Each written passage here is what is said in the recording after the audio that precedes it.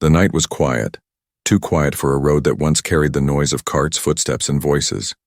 The lamps along the path flickered weakly, their light fading against the thick curtain of mist rolling in from the fields. On one side of the road stood broken fences and abandoned barns.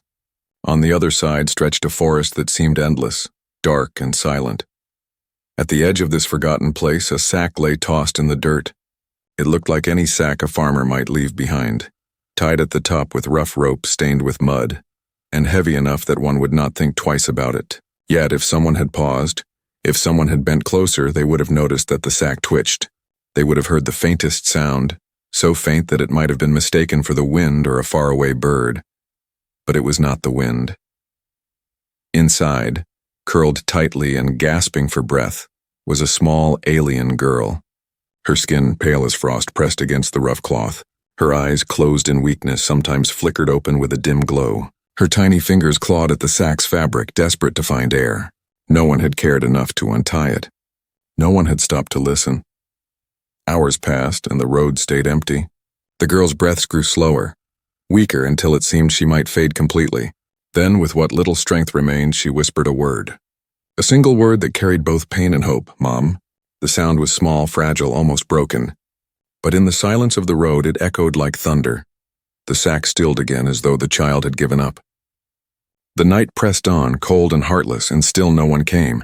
Then, far in the distance, footsteps broke the silence. A man walked the lonely road, his coat pulled tight against the chill. He was returning from a long day of labor in the village. His back ached, and his mind was heavy with thoughts of debts, lost family, and a future that seemed to grow darker each year. He was not a man who looked for trouble. He only wanted to reach his small cabin, light his fire, and forget the world. But as he passed near the sack, something strange touched his ears. A faint sound, a cry that did not belong to the night. He froze. The man turned his head, his brow furrowed. For a moment he thought it was only the creak of the trees or perhaps his weary mind playing tricks. But then he heard it again, clearer now. Mom. It was not a trick. It was a voice. A child's voice. His heart skipped. He stepped closer, his boots sinking into the damp soil. The sack moved slightly as if something weakly pushed from within. He bent down, his hands trembling, and placed his ear against the rough fabric. There it was again. A whisper, broken and desperate. Mom. He jerked back, his breath caught in his throat. What kind of cruel soul would leave a child locked away like this? He stared at the sack, fear mixing with anger. His first thought was to run. Perhaps it was some trap. Perhaps it was something dangerous. People in the settlement had told tales of alien children, creatures abandoned by their kind, left behind like unwanted scraps. They were forbidden. Anyone caught harboring one would be punished severely, yet the man could not move. His feet refused to carry him away. His eyes locked on the trembling sack, and deep in his chest something stirred. Memories of another voice long gone echoed in his mind, his own daughter who had once called to him with the same fragile innocence. She was no longer alive, but the sound still haunted him in lonely nights. His hands clenched. His breath grew unsteady. Against all reason, against all the warnings drilled into him, he reached for the rope. The knot was tight, rough against his fingers, but his determination was stronger. Slowly, carefully, he began to untie it. Each pull of the rope felt like a step deeper into danger. His ears strained for any sign that someone was watching, but the road remained empty, silent except for his own heartbeat. At last, the rope loosened. The sack opened slightly. Inside, he saw her. The girl was small, fragile, her skin pale with strange markings that glowed faintly like fading embers. Her hair clung to her face, damp with sweat and dirt. Her chest rose and fell with effort, each breath shallow. When her eyes opened, weak but glowing, they fixed on him for just a moment. Her lips moved, and once more she whispered, Mom. The man's breath caught. His fear melted into something else, a burning mix of sorrow and protectiveness. For a moment, he felt as if the universe had placed a test in his path, a choice: leave her to die as others had done, or take her into his arms and face whatever came. He looked at her again, at the innocence in her eyes, at the trust she gave him even in her pain. And in that moment he knew. He could not walk away. The night grew colder, the mist thicker, but as he bent and lifted the sack gently into his arms, something inside him grew warm. He whispered softly, almost to himself, "You're safe now." The girl closed her eyes, her breathing slow but steady, as if she had heard and believed him. And the man, though he did not yet know it, had just changed both their lives forever. The man carried the sack close to his chest as he walked the lonely road. The weight inside was light, yet it felt heavier than any burden he had carried before. Every step echoed in the silence, louder than it should have been, as if the night itself was watching him. He looked over his shoulder again and again, afraid that someone might have seen him stop, afraid that the faint cry from the sack had reached another ear. But the road remained empty. Only the mist followed him. When he reached a bend in the path, he slowed down and listened carefully. His heart pounded against his ribs. The girl inside stirred weakly, a small sound escaping her lips. He pressed the sack closer, almost panicking, worried that anyone hiding in the shadows might hear. His mind argued with itself. Why didn't you walk away? Why didn't you leave her like the others? He knew the answer but did not want to admit it. It was because of his daughter, the memory of her laughter, the memory of her eyes looking at him with trust. Losing her had left an empty wound that had never healed. Now this child, this strange alien girl, had called out with the same broken innocence. It had struck his soul like a blade. He reached the edge of the forest and turned into a narrow path. Branches clawed at his coat as he moved deeper, his boots crunching against dry leaves. The path led to his cabin, far from the village, where no one visited unless they had reason. That was why he had chosen it years ago. Privacy, silence, escape from a world that had taken everything from him. As the cabin came into view, the girl made another weak sound. Not Mom this time, but a tiny whimper of pain. He hurried the last steps, his hands trembling as he unlocked the wooden door. The cabin was small, just one room with a bed, a fire pit, and a table. Dust lay on the shelves, and the air smelled faintly of smoke and damp wood. He closed the door quickly behind him, leaning against it for a moment, breathing hard. For the first time since he had lifted the sack, he was safe from the eyes of others. But safety was fragile, and he knew it. Placing the sack gently on the table, he untied the rope completely and folded the fabric open. The girl lay curled inside, her body shaking from cold and weakness. Her glowing eyes blinked slowly, too tired to stay open for long. The markings on her skin shimmered faintly, pulsing with each breath. For a moment, the man just stared at her. Fear battled with wonder. He had seen alien children only from a distance and always through the angry words of others. Parasites, burdens, curses. People claimed they were dangerous, that helping them meant betrayal. Yet here she was, not dangerous, not threatening, but small and fragile, as helpless as any child. He whispered to himself, "What do I do with you?" The girl stirred, her lips moving. He leaned closer and barely caught the sound. "Mom." The word struck him again, tearing into his chest.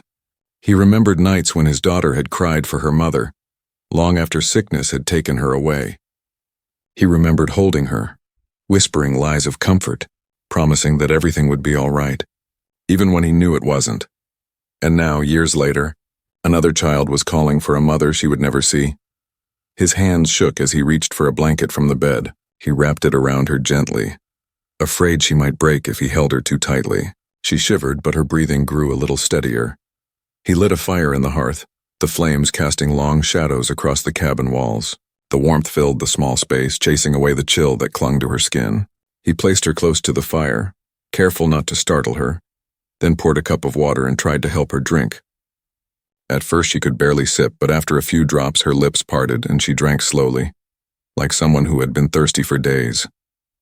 The man sighed with relief, though it was brief. His thoughts spun with fear. If anyone finds out, if they hear her voice, if they see the glow in her eyes. He stood by the window, peeking through the cracks in the shutters. The road was still empty, but the village was not far. Rumors spread quickly. One whisper could turn into a hunt. Behind him, the girl's small voice called again, softer this time, not Mom, but a broken word he almost didn't understand. Dad. His breath caught. He turned slowly. She was looking at him with half-closed eyes, the faintest trace of trust in her expression. It was a mistake. She was not his daughter. She was not human.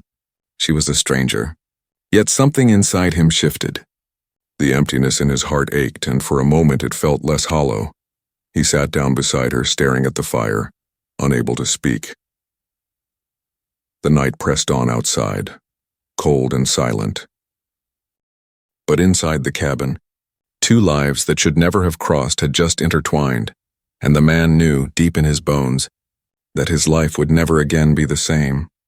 The fire burned brighter as the night deepened, its orange glow filling the small cabin with a fragile warmth. Shadows danced across the walls, moving with every flicker of the flames. The man sat quietly near the hearth, his eyes fixed on the bundle lying before him. Wrapped in the blanket, the girl stirred slowly, as if caught between sleep and waking. Her small breaths were uneven, each one a battle. But now that she was out of the sack and close to warmth, her color had begun to return. The markings on her skin glimmered faintly, not bright enough to light the room, but enough to remind him of her difference. For a long time he said nothing. He only listened, to the crackle of the fire, to her shallow breathing, to the storm of thoughts inside his mind. At last, curiosity overcame fear. He leaned closer, studying her face. Dirt clung to her skin, streaked with tears. Her hair was tangled, strands sticking to her cheeks. Yet beneath the grime, she looked no different than any other child, except for her eyes. When they opened, glowing faintly in the dim cabin, he felt his breath catch. They were not human eyes. The pupils shifted in strange patterns, shimmering like tiny stars trapped in glass. But there was no malice in them, no coldness, only exhaustion and trust. The girl blinked slowly. For the first time since he had found her, she tried to speak more than a single word. Her lips trembled, forming sounds that were broken, scattered between coughs. "Where, Mom?" she whispered weakly, her voice thin as paper. The man froze. The word pierced him again, but this time he could not remain silent. "She's not here," he said softly, though he hated himself for the words. "But you're safe now." The girl blinked again, her glowing eyes searching his face. She did not fully understand, but her small fingers reached out, clutching weakly at his coat. That tiny gesture, so fragile, so desperate, stirred something deep in his chest. Memories struck him like waves. His daughter years ago, reaching for him in her sickness, her small hand in his, trembling, refusing to let go.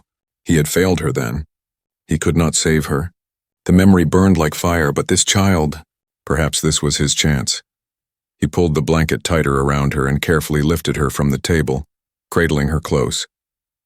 Her skin felt cold, far colder than any human child, but she relaxed slightly in his arms as if his warmth was enough. The man whispered, almost to himself, "Who could leave you like that?" There was no answer, only the faint sound of her breathing. For the next hour he tried to care for her the only way he knew how. He fed her small bites of bread softened in water, though she could barely swallow. He wiped her face gently with a cloth, washing away the dirt. He laid her near the fire, making sure she stayed wrapped and warm. Every time he looked at her, his fear returned. Not fear of her, but of what she represented. If the enforcers discovered her here, he would be punished. People had been executed for less. The law was clear. Aliens were not to be sheltered, especially abandoned children. They were considered a threat, a curse, a reminder of a war humans wanted to forget. Yet here she was, helpless, innocent and alive only because he had stopped to listen. As he sat back, watching her sleep, the weight of his decision pressed down on him. He could still end it. He could take her back to the road, leave her for someone else to find or not find. He could pretend this night had never happened. But when he looked at her again, wrapped in his blanket, breathing slowly by his fire, the thought became unbearable. She stirred again, her eyes half opening. For the first time, she tried to form another word. It came broken, her voice weak, but he understood it. "Dad," the sound nearly shattered him. He shook his head, whispering quickly, "No, I'm not." His voice trailed off, but the girl's eyes closed again, her tiny hand still clutching the edge of the blanket as if she believed it. He sat in silence, staring at her, his thoughts swirling.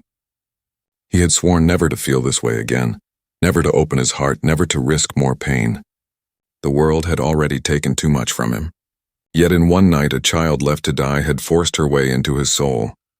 The man leaned back, rubbing his tired eyes. "What have I done?"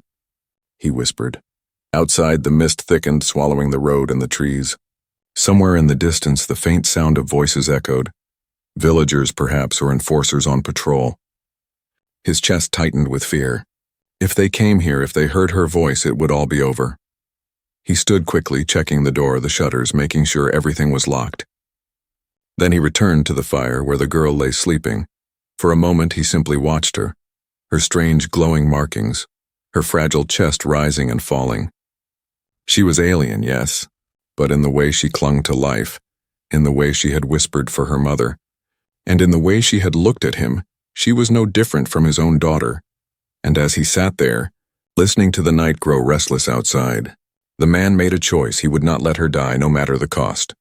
The night dragged on, but the man could not sleep. He sat near the fire, his eyes fixed on the small figure wrapped in his blanket. The alien child slept restlessly, her breathing shallow, her skin glowing faintly with those strange markings. Every so often her lips moved, whispering words too soft to understand. Sometimes Mom, sometimes something else, broken in her alien tongue. The man's mind twisted like a rope pulled too tight. He knew what harboring her meant. The law was merciless. Anyone who protected alien young was branded a traitor. Punishment was swift and brutal. He had seen it before. Villagers dragged through the streets, accused of hiding things that were not human. No one dared to help. Fear had turned neighbors into spies, and now he had brought one into his home. He stood and paced the floor. The old boards creaked under his boots. "What have I done?" He muttered again, his voice hoarse with anxiety. "She's not mine. She's not even human." But every time he turned toward the door, every time he considered carrying her back to the road and leaving her, he stopped. His chest tightened, his throat closed. He saw not just an alien child, he saw his daughter's face, pale with sickness, clinging to him in her final hours. He had failed her once. He could not fail again. The fire popped, sending sparks upward. The child stirred, her glowing eyes opening just slightly. She looked at him, weak and tired, but in her gaze was something that broke him completely. Trust. Blind, innocent trust. She believed he would protect her. And in that moment, the man realized his choice was no longer a question. He whispered to the fire, as though confessing to the flames, "I won't let you die. Not again." He bent beside her, adjusting the blanket. "You'll live. Whatever it costs me, you'll live." The decision settled inside him like a heavy stone.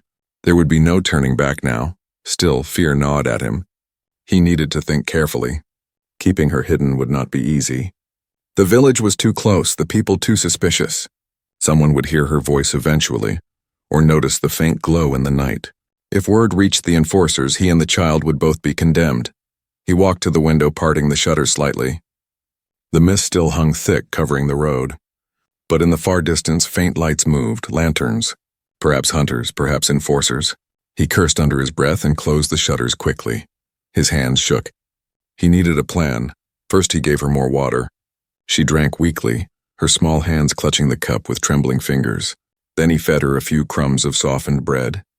She tried, though exhaustion weighed on her. Each sip, each bite was like a battle. "You're strong," he murmured. "Stronger than they know." The girl blinked at him, her strange eyes shining faintly. She whispered one broken word, "Dad." The sound pierced him again. He clenched his jaw, fighting the emotion rising in his chest. She wasn't his, yet the word made him feel as if she were. He sat back, running a hand across his tired face. He had made his choice, yes, but choice was only the beginning. Now came the danger. He remembered the faces of his neighbors. Some would turn him in without hesitation, not out of hatred, but out of fear for their own lives. Others might do it for reward. Secrets never stayed secret for long in these times. He stared at the fire, the shadows flickering against the cabin walls. The girl coughed softly, and he moved quickly to comfort her, rubbing her back until her breathing steadied again. He thought of the sack she had been left in. Someone had abandoned her deliberately. Someone had wanted her dead. If they discovered she had survived, they would come back for her. That meant he could not stay here. The cabin, once his refuge, was no longer safe. The man rose and began gathering supplies. A worn leather bag from under the bed, a flask of water, dried food, a knife old but sharp enough. He worked quickly, his movements tense, glancing toward the window after every sound. When he was finished, he looked back at the girl. She was watching him, her glowing eyes wide and uncertain. He knelt beside her. "We can't stay here," he said quietly. "They'll come. They always come." She did not understand every word, but she felt the urgency in his voice. She reached out, her fingers brushing his sleeve. The man's chest tightened again. He placed his rough hand gently over her small one. "I'll keep you safe," he whispered, "no matter what it costs." The fire burned low, casting longer shadows as if warning him of what was to come. Outside, the mist thickened, carrying with it the faint sound of distant voices. Danger was closer than ever. And the man knew his dangerous choice had only just begun. The fire had burned low, leaving only glowing embers in the hearth. The cabin was wrapped in silence, broken only by the crackle of wood and the shallow breaths of the alien child. The man sat near the bed, his body aching with exhaustion, but his mind refused to rest. Sleep was dangerous. Sleep could mean missing the sound of boots outside, the knock on the door, or the child's weak cry. He turned his head toward her. Wrapped in the blanket, she looked fragile, too small for the weight of the world pressing against her. Yet even in her weakness, her markings glowed faintly under the firelight. The lines shimmered across her skin like streams of silver, pulsing in rhythm with her heartbeat. The man frowned. He had never seen anything like it. Rumors in the village had spoken of such marks, proof of alien blood. People said those markings were curses, symbols of danger. Others whispered they were signs of hidden power. He did not know what to believe. When she coughed, he hurried to her side, pouring a little water into her mouth. She swallowed with effort, her small hands clutching at his sleeve. "It's all right," he murmured. "You're safe here." But even as he spoke, doubt gnawed at him. Safe? How long could he keep her hidden? He stood and moved to the window. Slowly he lifted the corner of the shutter. Outside, the mist clung thick to the trees. In the distance, faint lantern lights flickered, bobbing slowly like restless spirits. He clenched his jaw. Enforcers were patrolling. Maybe they had heard rumors already. Maybe someone had seen him on the road. He closed the shutters quickly and returned to the bed. The girl was awake now, her glowing eyes staring at him, wide and unblinking. She looked frightened, but not of him. Her lips moved, whispering words in a broken voice. "Hide. Hide!" The man froze. She was trying to warn him. He leaned closer. Hide from what? Her small hand trembled as she pointed toward the window. Then her eyes rolled weakly and she collapsed back against the pillow. The man's chest tightened. Fear spread like fire through his veins. She was more aware than he realized. She knew danger was close, he thought quickly. He needed a place to conceal her if the enforcers came. His eyes scanned the cabin, the shelves, the chest, the worn rug on the floor. Then his gaze stopped at the wooden boards beneath the bed. Years ago, he had built a small hollow space there to store supplies he wanted to keep hidden. It would have to do. He knelt and pulled at the boards, revealing the narrow space beneath. Dust rose, making him cough, but the hollow was large enough for the small child. He turned to her, his heart aching at the thought. "I don't want to do this," he whispered, "but if they come, you must stay here, quiet, not a sound." She blinked at him, her glowing eyes uncertain, but she seemed to understand. Weakly, she nodded. He placed his hand gently on her forehead. "I'll protect you," he promised. "This is only until they leave." When he laid her back on the bed, her markings glowed brighter for a moment, as if reacting to his words. He stepped back in shock. The faint light spread across her skin, casting strange patterns on the cabin walls. It lasted only seconds before fading, but it left him unsettled. "What are you?" he whispered to himself. The girl opened her eyes again and whispered one broken word. "Home." The man's throat tightened. He didn't know if she meant her lost family, her people, or his cabin. But the way she said it made something inside him soften. For the first time in years, his home felt less empty. Still, danger pressed in. He sat at the table, sharpening his old knife with steady strokes, though he knew it would do little against armed enforcers. His ears strained at every sound outside. The creak of branches, the call of a distant owl, the crunch of boots on soil. Hours passed. The lanterns moved closer, then farther again. Shadows played tricks on his eyes. Each time he thought he heard voices, his hand went to the knife, ready to fight if they broke down the door. At last, the girl stirred again. She whispered something in her alien tongue, then coughed weakly. He hurried to her side, holding her upright until her breath steadied. Her glowing eyes met his, filled with a trust that cut through his fear. She whispered one word, clear enough this time to break him completely. "Dad." The man closed his eyes, his hand trembling as he brushed her hair back. "Rest now," he said softly. "You'll be safe. I swear it." The fire had burned low, but in its glow the cabin no longer felt empty. It felt alive, carrying both fear and hope within its walls. and though danger pressed closer with every passing hour, the man knew his secret was worth protecting. The alien girl was no longer just a stranger, she was his.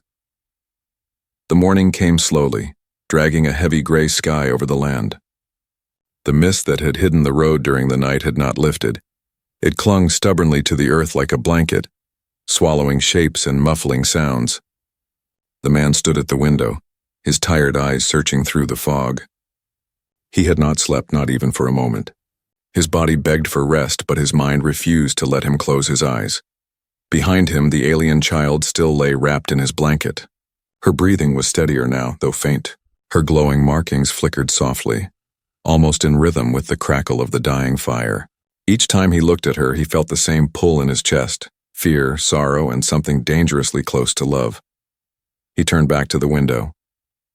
The village was not far, and already he could see faint shapes moving in the distance.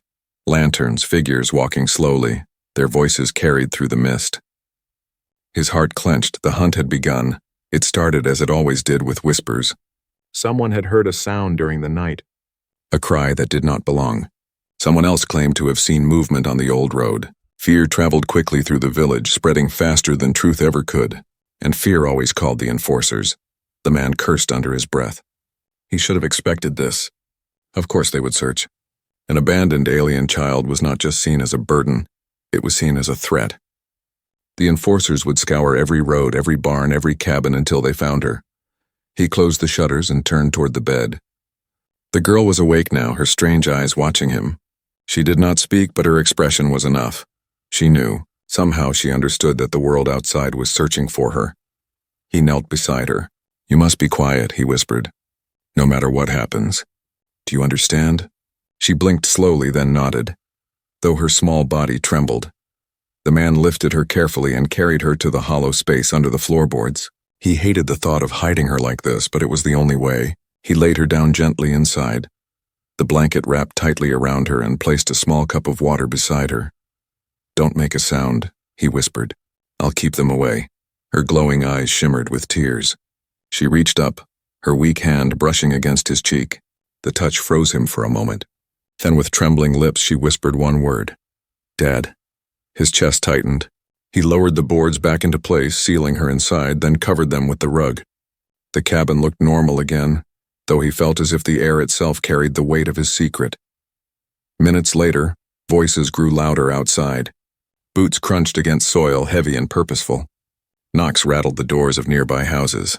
The enforcers were moving closer. The man gripped his old knife, his hand shaking. He tried to calm himself, breathing slowly, forcing his heart to steady. He could not let them suspect. If they saw fear in his face, they would tear the cabin apart. Then came the knock. Hard, demanding. He opened the door with as much calm as he could fake. Two enforcers stood outside, their uniforms dark, their eyes cold. One carried a lantern, the other a long rifle. "Search," the taller one said flatly. The man forced himself to step aside. "You won't find anything here." They entered without hesitation, their boots thudding against the wooden floor. The taller one moved toward the bed, pulling at the blanket while the other checked the shelves and corners. The man's heart pounded. He stood still, his knife hidden behind his back, ready but hopeless. Every sound from the floorboards beneath him felt louder than thunder. He prayed the child would not cough, would not whisper, would not let her glowing skin betray her presence. The enforcers searched quickly but thoroughly. They opened the chest, lifted the rug, glanced under the table. The man's chest turned to ice. For a moment, he thought they would see the uneven floorboards, but the taller one only grunted and stepped back. "Nothing," he said. "Move on." The other enforcer gave the man a long, suspicious look. "You hear anything last night?" The man met his eyes, his face hard. "Only the wind." The silence stretched between them. Then the enforcer spat on the floor and turned away. They left, their boots fading into the mist. The man closed the door and leaned against it, his entire body shaking. Sweat ran down his face. He slid to the floor, gasping for air. Slowly, he lifted the boards again. The girl lay there, her eyes wide with fear, but she had remained silent. When she saw him, she reached up weakly. He lifted her into his arms, holding her close, his heart breaking with relief. "You're safe," he whispered. Though he knew it was a lie, the hunt had only just begun. They would come back. They would search again, and next time they might not leave so easily. As he held her, he realized there was only one choice left. He could not stay here anymore. If he wanted to keep her alive, he would have to run. The night returned with a sharp bite in the air. The man sat near the cabin door, his knife in hand, though he knew it was a poor weapon against rifles. His mind was heavy, his body trembling with exhaustion, but he forced himself to stay awake. The alien girl slept on his bed, wrapped tightly in the blanket, her glowing markings pulsing faintly like dying embers. Each time her lips whispered "Dad" in her sleep, his chest tightened. He knew the truth now. The enforcers would not stop. They would come again, harder, and they would not leave until they found what they were looking for. The girl was not safe here anymore. Neither was he. He paced the cabin, restless. Escape seemed impossible. Roads were watched, villages alerted. The forest was wide, but even its shadows could not protect them forever. Still, he had no other choice. He could not give her up. As he gathered supplies into his leather bag, he heard the crunch of boots outside. His blood froze. Voices followed, firm, sharp, closer than before. The sound of metal striking against wood. The hunt was over. They had come for him. The girl stirred at the noise, her glowing eyes opening in panic. She clutched the blanket, her lips trembling. "Dad." The man moved to her side, his heart pounding. He touched her hair gently, forcing a calm voice. "Stay behind me. No matter what happens, don't move." The door shook under a heavy fist. A voice shouted, cold and commanding, "Open up!" The man gritted his teeth. His hand tightened on the knife, though he knew it was hopeless. Slowly, he opened the door. 5 enforcers stood outside this time, their lanterns cutting through the mist, rifles gleaming in the cold light. Their leader, a tall man with a scar across his face, stepped forward. "You were warned," the leader said. His eyes swept past the man, searching the shadows of the cabin. "Where is she?" The man's chest tightened. "There's no one here," the leader smirked. "We heard her. We always hear them. Give her up and perhaps you will live." Behind him, the girl whimpered softly. The sound was barely more than a breath, but it was enough. The enforcers pushed past the man, rifles raised. "No!" the man shouted, grabbing the nearest one. The knife flashed, cutting across the enforcer's arm. The soldier cried out, stumbling back. Chaos erupted. The leader barked orders. "Search everything!" The girl scrambled from the bed, her glowing markings suddenly flaring brighter than ever. The light spread across her skin, filling the cabin with strange silver patterns. The enforcers froze for a moment, startled by the sight. The man stood in front of her, knife raised, his body a shield. "She's mine," he shouted, his voice breaking with rage and fear. "You'll have to kill me first." The leader sneered. "Then so be it." The rifles lifted, but before the trigger could be pulled, the girl cried out, a desperate, broken sound that shook the cabin. The markings on her skin flared even brighter, a wave of light spilling out like fire. The enforcers staggered back, shielding their eyes. The man turned, stunned. The child stood trembling, her small body glowing as though filled with stars. She reached for him, tears streaking her face. "Dad." The light faded quickly, leaving her weak, swaying on her feet. She collapsed, and the man caught her in his arms. The enforcers lowered their rifles again, rage twisting their faces. "She's dangerous," the leader growled. "Hand her over." The man rose, the girl clutched against his chest. His voice was steady now, filled with a strength he had not felt in years. "No," he said firmly. "She's my daughter now, and I won't let you take her." The enforcers hesitated. For a moment, none of them moved. Something in his voice, something in the way he stood, shook them. He was just one man, armed with nothing but a knife, yet he stood unbroken. The leader's jaw clenched. "This isn't over," he signaled with his hand. Slowly, reluctantly, the enforcers stepped back into the mist, their lanterns fading into the night. The man waited until the last sound of their boots was gone. Only then did he sink to his knees, holding the girl tightly against him. His chest heaved, his knife falling useless to the floor. The cabin was silent again, except for the faint crackle of the fire and the weak sound of her breathing. He pressed his forehead against hers, whispering, "You're safe, I promise." Outside, the mist still hung heavy, hiding both danger and hope. The fight was not over. The hunt would return, but tonight, for the first time in years, the man felt something stronger than fear. He felt purpose, and with the alien child in his arms, Calling him Dad, he knew he would face whatever came next, together.